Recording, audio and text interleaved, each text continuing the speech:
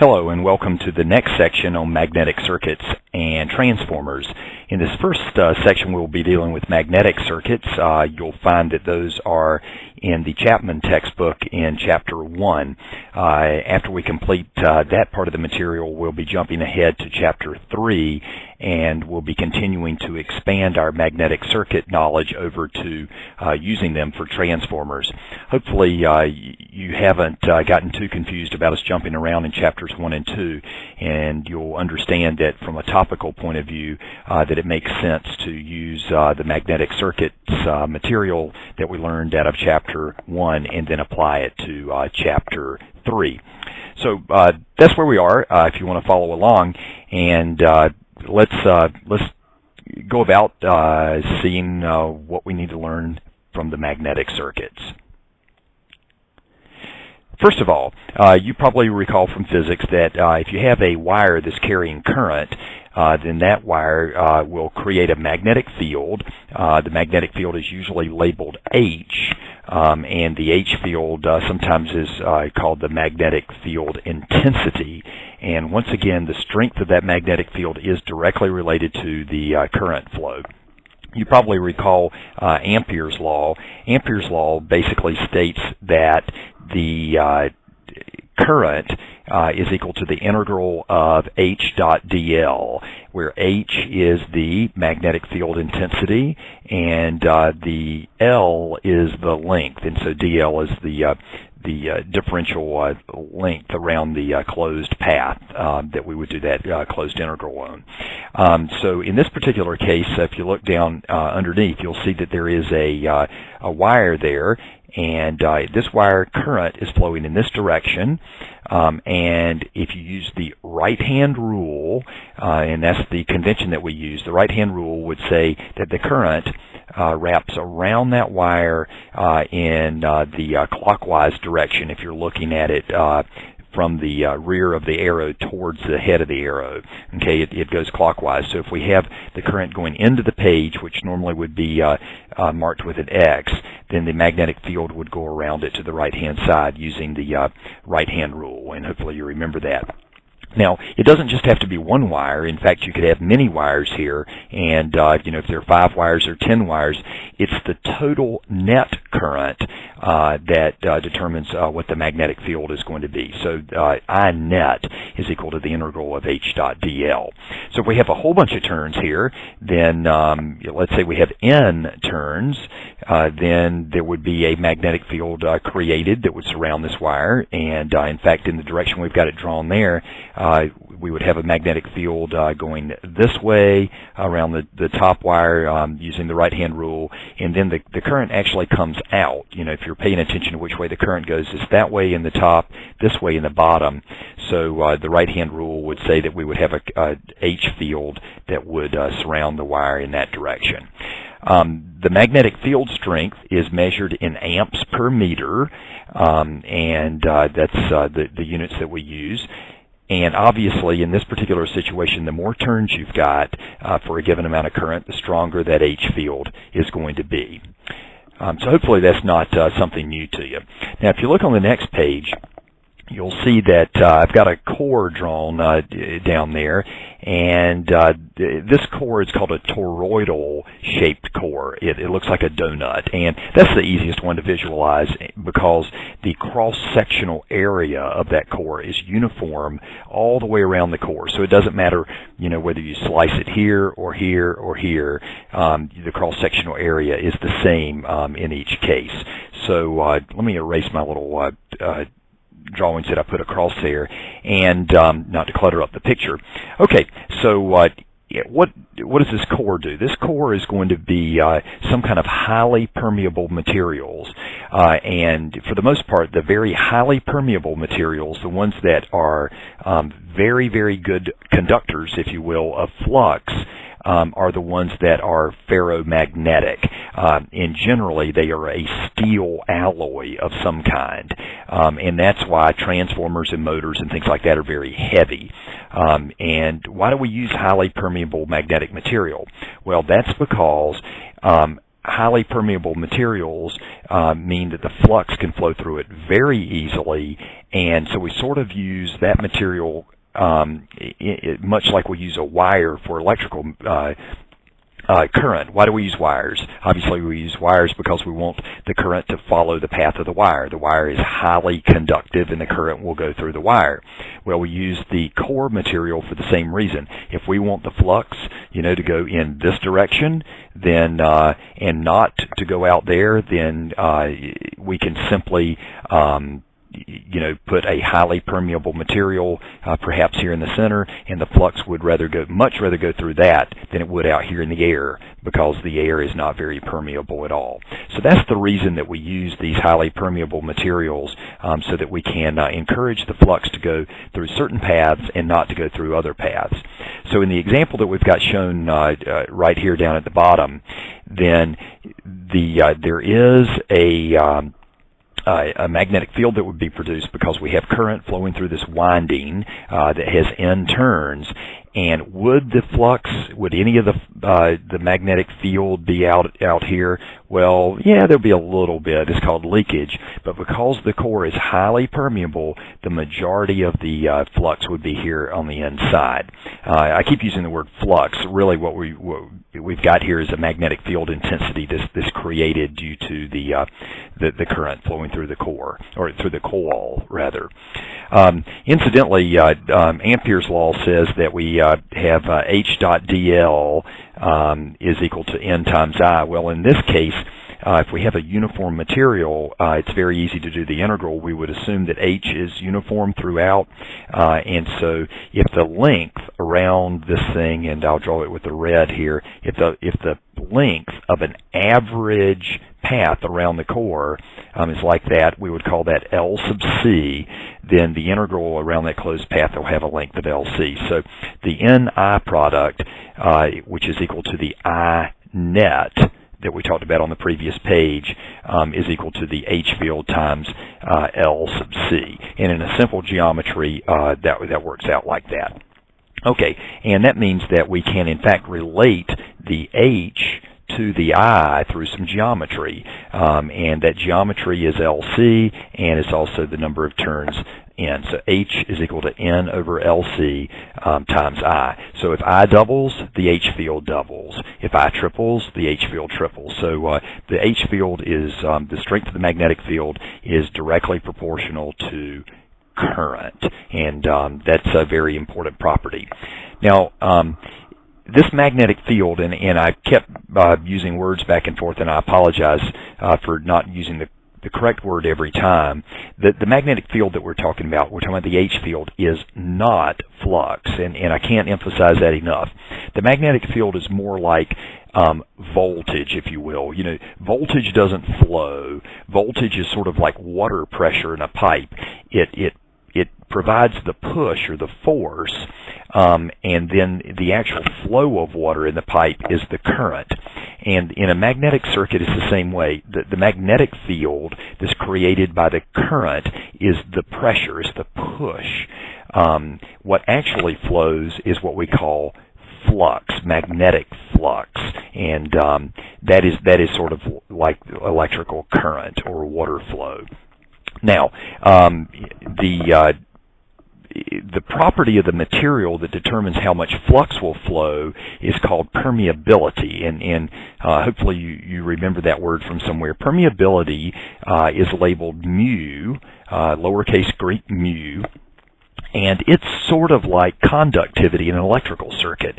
A highly permeable material supports the flow of flux very easily, just like a highly conductive electric circuit would support a lot of current flow. And so we'll have an analogy with this here shortly. Okay, so again, we said that the force in this magnetic circuit, this H field, is obviously related to current, and it's actually the sort of I net here, which is equal to the NI product. There's a special name for this, and that's called Magneto motive force, or MMF. And a lot of times this MMF is actually labeled script F. That's a fancy script F. And it has units of amps times the number of turns. Number of turns is obviously a dimensionless quantity, so it's really amps, but we like to keep track of it, so we call this ampere turns. Now, you may remember sometime from a physics class somewhere that sometimes people call voltage EMF, or electromotive force. So that's where this analogy to voltage comes from. The N times I product is the magnetomotive force, just like the voltage is the electromotive force. So we interchangeably might use MMF or script F or NI, just kind of depending on the situation that we've got. So if we go back to Amperes Law, this says that the integral of H dot dl is equal to I net. Well, we know that I net is equal to what? Well, I net is equal to N times I, and we said that's the MMF. So the MMF then is equal to the integral of H dot dl. So in a simple, highly permeable structure like we had a minute ago, where all of the flux would be constrained to flow in the core and very little or none would go out in the air, we can simply take the H times the distance, and that would give you the MMF. Ni equals H times L. Now, what's flowing, again, is called flux, and we talked about that earlier. This flux is labeled phi, Greek letter lowercase phi typically, for a possible varying quantity, a constant quantity, capital Phi sometimes. And the flux has units of Webers. WB is the SI unit for flux. You may recall that the flux, many times we talk about flux density. Flux density is simply the amount of flux per unit area. In other words, it's a measure of the strength of the flux. And so if you want to do it over a situation where we might have a varying amount of flux density, then you might take a look at this bottom drawing that we've got here. Let's say we have a little piece of the toroid there, and we've got these, this flux, this moving like this. Well, in this particular situation, the total flux is the amount of flux that you can put your hand around, all the way around there. But the strength of the flux at any given point along here might be different in a real-life device. For example, if it was a water pipe and you had water flowing and the red lines there were water, very likely the velocity of the water would be much higher in the center and less on the edges due to the friction of the water against the edge of the pipe. And sometimes we have things like that happening in magnetic circuits. It isn't friction, certainly, but we have these kind of nonlinearities that happen. But if somebody said, hey, what's the total? Well, the total is the amount that you can get your hand around, so it's the amount all the way around here. So the flux density D is actually the strength of the magnetic field at some point along the way. The total is to take that B that you've got and integrate it over the entire area. Hence the reason that the total flux is B dot dA. The dimensions of the flux density is in Webers per square meter. That's also known as a Tesla, capital T. And obviously we're going to keep with SI units on everything. And in a simple structure where the B is normal or perpendicular to the cross-sectional area, and it is uniform across that area, much like it might be in that toroid that we were just looking at a minute ago, then the flux is simply equal to B times A. And the subscript C on the A means in the core. All right, so why do we even mess with B? Why don't we just talk about flux? How often do you talk about current density? You may recall from a semiconductor class somewhere that there is something called current density, which is called J, and it's the current per unit area, the I over A. And in fact, current density is very important in certain things where you're sizing wires and things, because you don't want the wires to get too hot or too much current to flow through a very small contact point or something like that.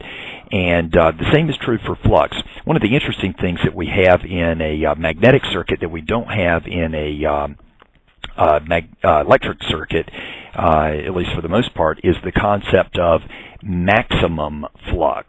It turns out many materials simply just cannot support a flux density higher than a certain amount. And I'm going to write down 2 Tesla, you know, I don't know if 2 Tesla is the correct amount, but you know, it varies. Some materials might be 1 Tesla, 1.5 Tesla, something like that. But on the average, probably 1 to 1.5, maybe 2 at the most, is the absolute maximum value of the flux density that you can have. And beyond that, the material is said to saturate. So if you went up here and remember that the H is equal to N over L times I.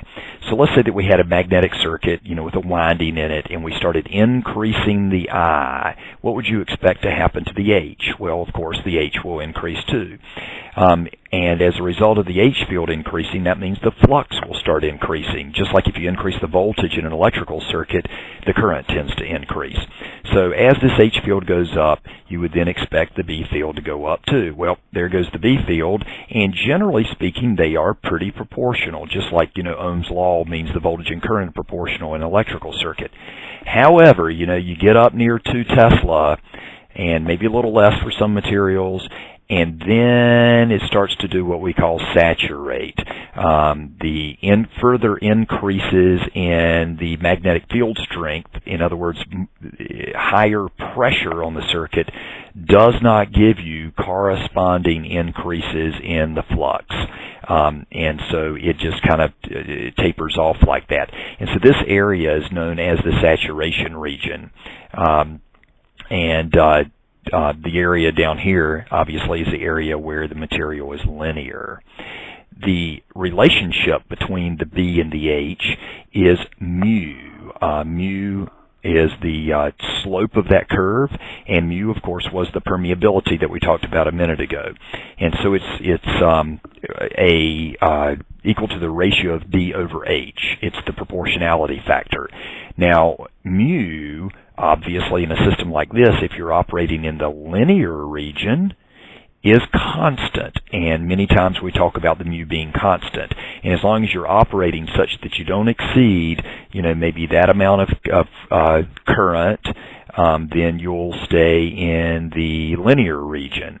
However, if the current goes up too high, that means the H field would try to go too high. It might wind up out here and out here, and then you would wind up actually saturating the material, and then the mu would no longer be constant. The mu, in fact, would decrease because the slope decreased.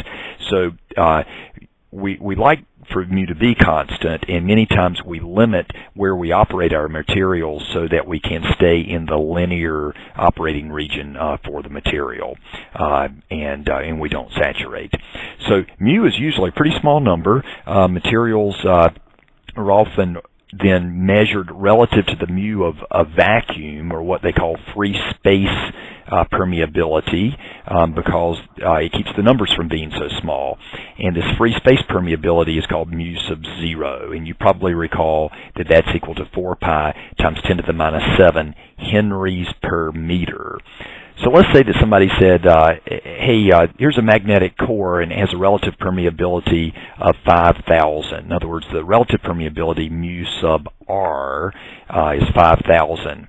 What does that mean? Well, that means that its permeability is 5,000 times higher than the permeability of a vacuum or free space. And a lot of times people will say, you know, higher than air. Air has a permeability of about equal to mu 0 as well. So all of those kind of say the same thing. If you want to know the actual value of the permeability, then we would take the relative permeability and multiply it by the free space permeability to get the real number. And so in this case, 5,000 would turn out to be 6.283 times 10 to the minus 3 henries per meter. Okay, so to kind of summarize where we are so far, we've got the following relationships. We've got that the Ni product is equal to H times L. We've got that phi is equal to B times A, and we've got B equals mu H, and we've got that mu is equal to mu 0 times mu R. And those are very useful for doing calculations. And let's go in and see how these relate to other things like current and voltage.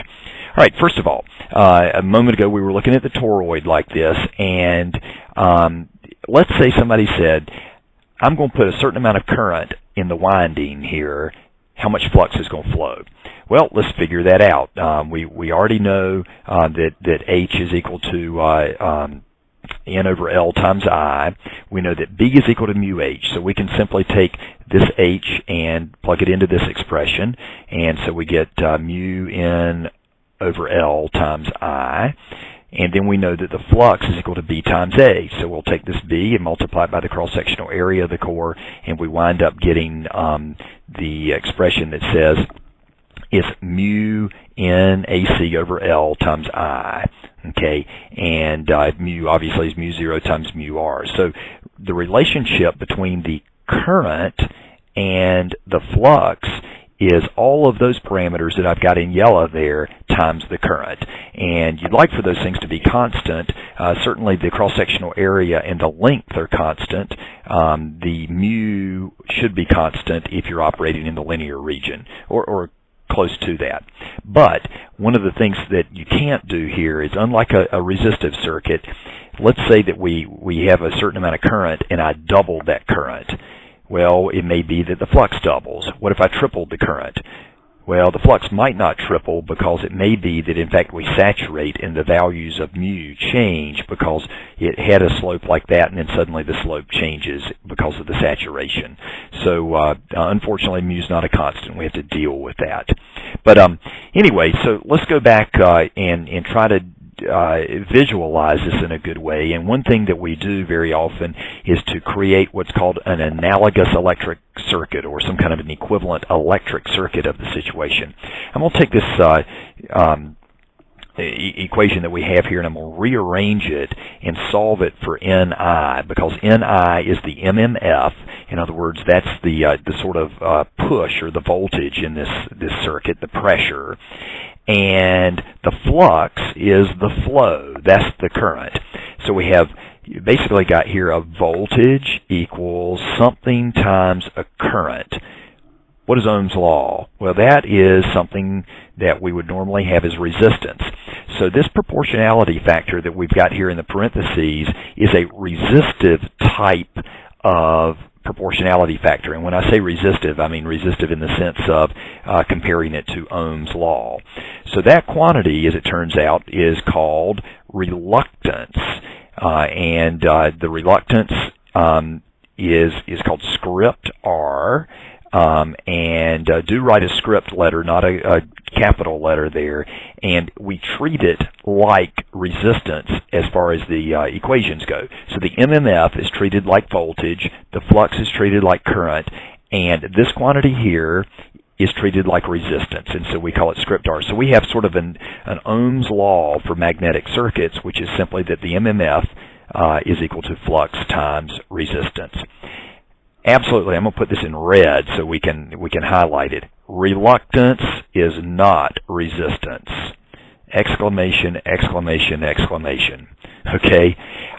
Many students get this confused, and they think somehow that this product right there tells you what the ohms are in some circuit, and it does not. It's just that in our analog, in other words, our sort of electrical equivalent, it looks like a resistance, only from a modeling point of view, but it's not resistance. So, but while we're doing this, we got a neat little thing that happens. If you have a magnetic circuit, like the one at the bottom left-hand corner as a toroid, we can create an electrical circuit that, from an equation point of view, behaves the same way. So the voltage in this thing is the MMF, the current in this thing is the flux, and the resistance in the circuit is the reluctance. And that's why we do that. It makes it so handy to do. So there's a couple of things that are of interest here. One is that the flux must be conservative. Okay, in other words, let's say that we had some kind of a magnetic core and it's going along like this and it splits, and part of it goes that way and part of it goes that way. And we've got flux flowing in here. We've got a flux here and a flux there and a flux here. Well, it turns out that the flux going in must equal the flux coming out. So if we have 1 Weber coming in here, and this turns out to be 0.2 Webers, well, this better be 0.8 Webers there. Okay, flux is conservative. So that means that we can actually use in our electrical equivalent circuit the concept of Kirchhoff current law.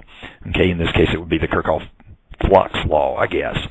The other thing is that due to Amperes law, the sum of the MMF in a magnetic circuit must equal 0. Okay, in other words, if you took the total MMF as you started in one point in a circuit and went all the way around, you have to wind up back where you started again. And so that means that the concept of the Kirchhoff voltage law, and I guess in this case it's the Kirchhoff MMF law, has to apply. And why is that important? Well, the really neat thing about that is that means that standard circuit simplification and analysis techniques can be used. So we can use, voltage and current division and things like this, except instead of using currents, we're going to be using flux, and instead of using voltage, we'll use MMF, and instead of using resistance, we'll use reluctance. But all of the techniques, mesh analysis, node analysis, etc., can be used, and that is really neat. Now, one thing that I do need to point out is that there's a lot of hand waving going on with all this. This kind of treatment makes us able to work problems that would be very difficult to actually work if you dealt with all the nonlinearities that are going on. And really, you would have to use something, some computer analysis tool, such as a finite element analysis program, an FEM program, to somehow do the math for you, because it would just be very, very complicated if you actually went in and dealt with all the nonlinearities and things like this. So there's a little bit of hand waving that goes on, but you can get pretty close. Probably the numbers are within 10% of what you would have in a real circuit just by using these sort of approximate methods that we're talking about. So we are, greatly simplifying things. There's no doubt about that, but it's pretty close, and you probably can't appreciate how nice it is that we can do this and get answers that are pretty close. So we'll stop here, and in the next section we'll take a look at some examples of using the things that we've learned.